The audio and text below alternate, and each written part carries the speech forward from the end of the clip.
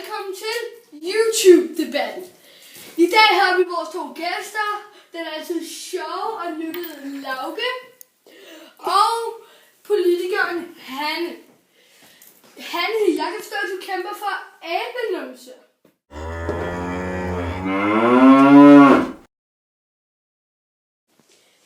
Ja, men der er mange, der siger, at det er latterligt at kæmpe for abenumser. Okay. Jeg kan høre, du vandt over SK.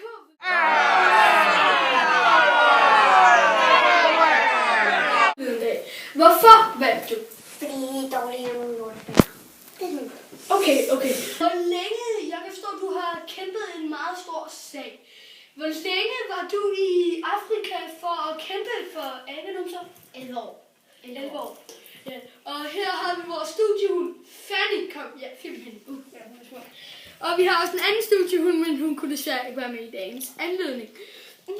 Og her skal vi til en lille quiz, vi kalder for Studiequizzen. Dan dan dan dan dan dan dan dan dan dan dan dan dan dan.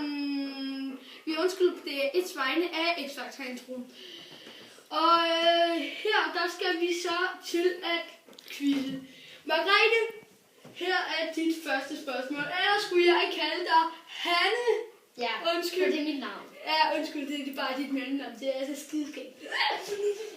I hvert fald, her er første spørgsmål, Hanne. Hvor mange ord er der i OB? 1. Korrekt.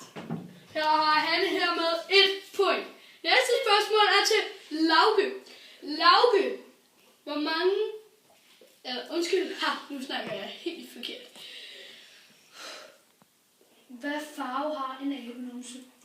Lyserød. Selvom det er forkert, så er han nuttet og meget sød, så vi giver ham et point. Og nu står den helt lige, så nu skal vi til den grande finale, som de siger i Norge. Så, ja, det var det. Her er det store finalespørgsmål. Hanne, hvad bruger man et tv til?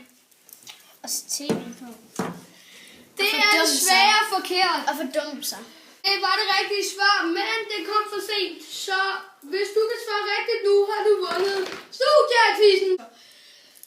Her, Lauke, er dit afgørende spørgsmål. Hvad sidder du på lige nu? I tv. Korrekt, du har vundet Studiequizzen.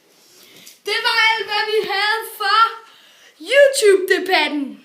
Håber I vil se med næste gang, hvor vi skal debattere det meget alvorlige emne, Ebola.